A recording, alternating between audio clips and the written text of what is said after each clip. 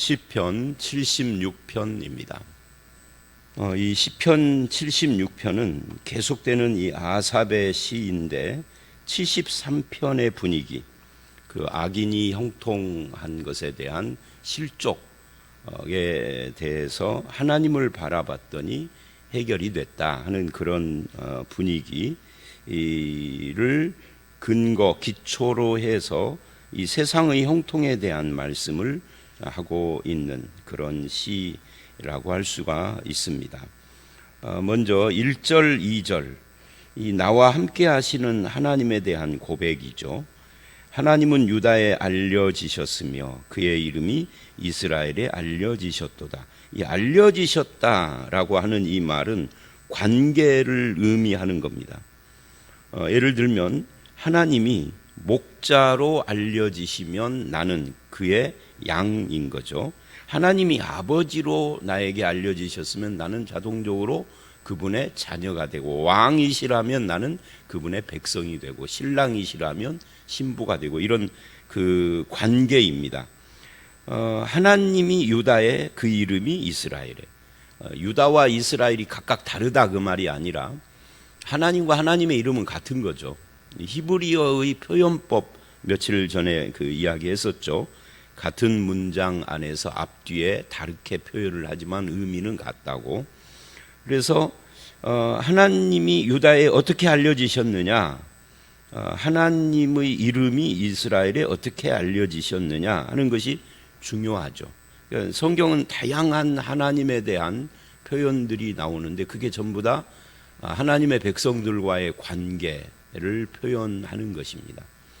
하나님께서 만군의 여호와하고 그 능력에 대해 이야기를 했으면 이스라엘을 보호하시는 분, 이스라엘을 위하여 싸우시는 분, 이렇게 되는 것이죠. 관계입니다. 알려지셨다. 우리가 하나님과 어떤 관계인가 하는 것을 아는 것은 신앙에서 굉장히 중요한 부분이죠.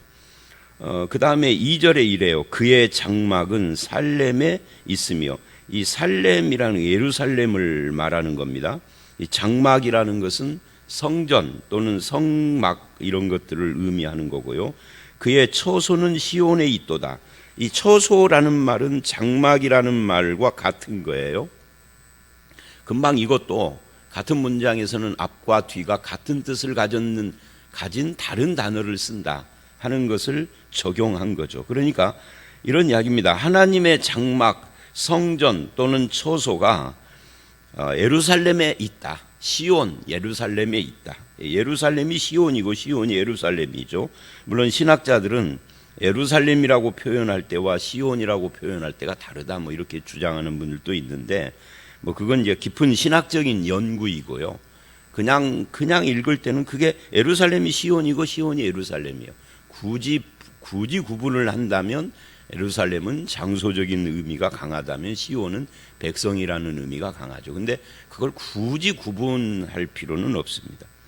그러니까 이 2절은 어떤 이야기냐면 하나님이 우리 가운데 있다 그 말, 있으며 있도다, 이게 핵심이에요. 예루살렘, 시온 이런 것이 핵심이 아니라 하나님의 장막이 있다. 어디에? 예루살렘, 우리로 말하면 우리 중에 있다. 그러니까 이 우리 중에 있다 이 말은 무슨 말이에요? 하나님이 함께 계신다, 즉 임마누엘을 말하는 겁니다. 하나님의 임재, 하나님이 임재하시고 임마누엘 하시는 그런 것이 바로 하나님의 백성들의 모습이다 하는 것을 이야기. 이걸 거꾸로 말하면 하나님이 우리와 함께 하지 않으면 우리가 아무리 화려한 은혜로운 장엄한 예배를 드려도 아무 의미가 없는 거죠. 하나님이 함께 한다면 아무리 초라한 예배도 하나님께서 받으시는 것이고 그것이 진정한 은혜인 거죠. 그래서 이 임마누엘을 지금 성경은 말하는데 어떤 면에서는 성경 전체는 임마누엘로 바라볼 수 있어요. 에덴 동산에 임마누엘 하신 하나님께서 이스라엘과도 함께 임마누엘 하시고 이스라엘이 포로로 잡혀간 그곳에도 함께 하시고 예수님이 오셨을 때 그 임마누엘은 성취가 되는 거죠. 우리와 함께 예수님이 부활 승천하신 뒤에는 성령께서 지금도 우리와 함께 하십니다. 그래서 이 임마누엘이 성경에서 굉장히 중요한 주제예요. 그 임마누엘이 또한 신약에서는 교회이기도 하고, 구약은 이스라엘을 대표하는 것이 예루살렘이니까 예루살렘이 있다 이 말은 이스라엘과 함께 있다. 신약에 오면은 교회와 함께 있다. 교회는 건물이 아니라 성도들이니까 성도들과 함께 있다. 성도가 예배당에 있으면 거기에 함께 계시고, 성도가 예배를 파하고 집으로 돌아가고 직장으로 가고 일터로 돌아가면 거기에 함께 계시는 거죠. 그래서 이 임마누엘이 굉장히 중요한 것입니다. 이게 마지막 성경의 마지막 책인 계시록에 보면은 계시록의 마지막 완성도 하나님의 장막이 우리와 함께 있다. 이것이 마지막이에요. 계시록 21장이죠. 새하늘 새 땅 새 예루살렘을 이야기를 하면서 하나님의 장막이 우리와 함께 있어 눈물을 씻고 애통하는 것이 없고 이렇게 나가는, 그게 완성된 천국의 특징을 말하고 있는 겁니다. 그리고 이제 3절로 5절은 하나님께서 무엇을 하시는가 하는 것을 보여줍니다. 그러니까 하나님이 우리와 함께 한다. 그럼 하나님 뭐를 하느냐? 함께 계셔서 거기에서 그래요. 거기가 어디죠? 하나님이 함께 하는 곳. 우리로 말하면 성도들과 함께 계셔서 그 말이죠. 예루살렘에 함께 있어서 이스라엘 중에 임재하셔서 뭐를 하느냐 할 때 화살과 방패와 칼과 전쟁을 없이 하셨도다. 평화를 주신다 그 말이죠. 여러분, 이 구약 성경을 보면 하나님이 우리에게 주신 축복의 가장 큰 것, 가장 핵심되는 것이 뭐냐면 평화예요. 평화가 어떻게 오느냐? 하나님이 주시는 선물이기는 한데 뭐 여러 가지 각도로 설명을 하죠. 평화는 어떻게 상실되느냐 하는 것도 성경은 많이 말을 합니다. 그러니까 하나님의 뜻을 행하지 않으면 평화가 상실돼요. 하나님의 뜻이 뭐냐? 공의와 공평, 뭐 공의와 정의 이런 것들을 이야기를 합니다. 그 결과가 샬롬, 평화다. 그래서 평화가 없는 세상을 불의한 세상 이렇게 말을 하죠. 그래서 그런 곳에는 뭐가 따르게 되느냐면 전쟁이 오게 돼요. 그런데 전쟁을 없이 한다 이 말은 평화를 주셨다 그 말이에요. 하나님이 함께하는 곳에 있는 평화, 그것을 누리는 것이 성도요, 저와 여러분인 거죠. 그걸 어떻게 하시느냐 하는 것을 쭉 이야기를 하는데, 이제 4절 주는 약탈한 산에서 영화로우시며 존귀하시도다.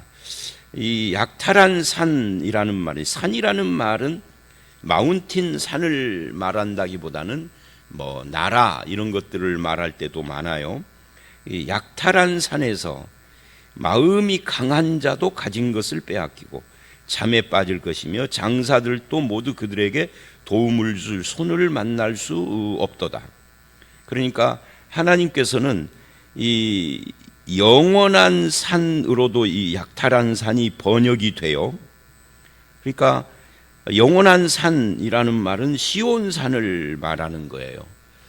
시온산 할 때는 이스라엘이라는 나라를 대표하는 것이고, 거기에서 영화롭고 존귀하다. 하나님이 전쟁을 없이 하는 것을 이야기를 하는 겁니다. 강한 자도 잠에 빠지고 장사도 뭐 이렇게 이야기를 하는 것은 이 강하고 장사 이런 자들이 이제 다 전쟁을 일으키는 자들인데 하나님 앞에서 무기력해지는 그런 것을 보여주고 있죠. 어떻게 그런 일을 하시느냐 하면은 6절에 보니까 하나님이 꾸짖으시오. 6절로 8절이 이제 그 어떻게에 대한 이야기를 하고 있는 거죠. 야곱의 하나님이여 주께서 꾸짖으심에 병고와 말이 다 깊이 잠들었나이다. 5절에도 마음이 강한 자도 가진 것을 빼앗기고 잠에 빠졌는데, 여기서도 주께서 꾸짖음에 말씀 한마디에, 예수님이 말씀 한마디에 갈릴리 바다의 풍랑을 확 잠재우신 것처럼 그렇게 하신다라는 거예요. 병고와 말이 다 깊이 잠들었나이다. 마치 창조 때 하나님이 물은 한 곳으로 모여라 하니 물들이 쫙 한 곳으로 모이고 묻이 드러나는 것처럼 그렇게 되는 거죠. 그러니까 하나님의 능력으로, 어떤 능력? 말씀 한마디로 천지를 창조하시고 바다를 잠잠케 하시는 그런 하나님께서 이 말씀으로 깊이 잠들게 하시는, 하나님의 전능하신 능력을 지금 이야기를 하는 겁니다. 하나님의 능력은 말씀의 능력이죠. 꾸짖으신다. 하나님의 진노와 어떤 그런 것을 지금 이야기를 하는 겁니다. 7절, 주께서는 경외받을 이시니, 왜 경외를 받아야 되느냐면 한 번 노하실 때 누가 주의 목전에 설 수 있느냐. 하나님이 꾸짖거나 진노하시면 아무도 그 앞에서는 뭐라고 할 수도 없고 설 수도 없고 잠잠해지는 그런 능력의 하나님이시다. 8절, 주께서 하늘에서 판결을 선포하며 땅이 두려워 잠자는, 하늘에서라는 말은 하나님이 계신 곳이라는 뜻이죠. 그러니까 하나님이 자기가 계신 곳에서 한번 판결을 하시면, 그리고 선포를 하시면 온 땅이 다 거기서 잠잠해지는. 그래서 6절로 8절은 잠잠해진다, 잠든다, 뭐 이런 말씀들이 핵심을 이루고 있는 거죠. 그게 전부 다 하나님의 말씀의 능력을 나타내는 건데, 이런 것을 통하여서 뭐를 한다는 거예요? 평화를 주신다는 거예요. 누구에게? 하나님의 백성들에게. 9절을 보면 곧 하나님이 땅의 모든 온유한 자를 구원하시려고 심판하러 일어나신 때로다. 그러니까 6절로 8절에서 그렇게 꾸짖고 노하시고 선포하시는 그 모든 것의 목적이 뭐냐면 온유한 자를 구원하는, 이걸 목적으로 한다. 이 온유한 자는 뭐예요? 온유한 자는 예수님도 팔복에서, 마태복음의 팔복에서 언급을 하셨죠. 온유한 자가 땅을 차지한다 그랬는데, 이 온유한 자는 하나님을 믿는 자를 말하는 거예요. 하나님을 믿기에 그가 모든 분노, 억울함 다 내려놓고 하나님을 의지하고 마음의 평화를 얻은 자죠. 그 온유한 자예요. 성질 없는 사람은 없지만 하나님을 믿는 거죠. 그런 자를 위해서 구원을 베푸시려고 심판하러 일어나. 그러니까 내가 성질 죽이고 하나님께 나를 맡기는데 하나님은 나를 대신해서 일어나신 거죠. 내가 일어날 필요가 없게 되어진 거예요. 그래서 이런 부분이, 어쩌면 이 9절이 시편 76편의 핵심일 수 있어요. 신자는 누구냐? 지금까지 하나님, 1절로 8절에서 말한 이 하나님을 믿기에 온유한 자가 되는 것이 신자라는 것을 말하고 있는 거죠. 세상은, 우리가 사는 세상은 온유한 자는 발 디딜 곳이 없는 곳이에요. 어떤 사람이 세상에서 행세하는 겁니까? 센 놈이 행세하는 거죠. 저는 이 참 재밌는 것이 뭐냐면, 안철수 씨라고 해야 되겠죠. 안철수 씨가 처음 대선에 뛰어들었을 때와 지금하고 많이 달라졌어요. 지금은 세게 말을 합니다. 고집도 부리고 험한 말도 가끔 합니다. 왜 그러죠? 센 놈만 뭐가 되는 세상에서 몇 번 굴르더니 이제 안 거죠. 그래서 어떤 평론가가 그랬더라고요. 안철수가 똑똑해졌다고. 사실은 안철수는 원래 똑똑해요. 서울대 나오고, 저는 지금도 쓰고 있는데 컴퓨터에서 아래 한글 그거 개발한 사람이고 굉장히 부자고 똑똑한 사람입니다. 근데 이게 성격이나 성품이 세지 않은 사람인 거죠. 근데 대통령에 나오고 뭐 서울시장에 나오고 정치판에서 뭐 좀 얼마 동안 구르더니 많이 똑똑해졌다. 그 말은 세졌다. 그 말을 세게 한다. 험한 말도 하고 막 공격도 하고, 처음에는 그런 거 못하더니. 그게 좋은 걸까요? 모르겠어요. 뭐 저는 대선 이야기가 아니라 우리도 그렇다는 거예요. 이 세상은 힘센 놈, 말빨 센 놈, 목소리 큰 놈이 이긴다 뭐 그런 말 많이 하잖아요. 교통사고 나면은 소리부터 치는 우리나라 사람들. 요즘은 조금 덜해요. 왜냐하면 이제 워낙 법이나 보험이 많이 발달해서. 근데 아직도 그런 세상입니다. 그런 세상에서 온유한 자는 절대 살아남을 수가 없는데 예수님은 온유한 자가 땅을 차지한다 그래요. 완전히 역설적이고 완전히 세상의 현상과 반대되는 말을 하고 있는 거죠, 예수님. 그리고 우리는 그 예수님의 말씀을 믿는 자들입니다.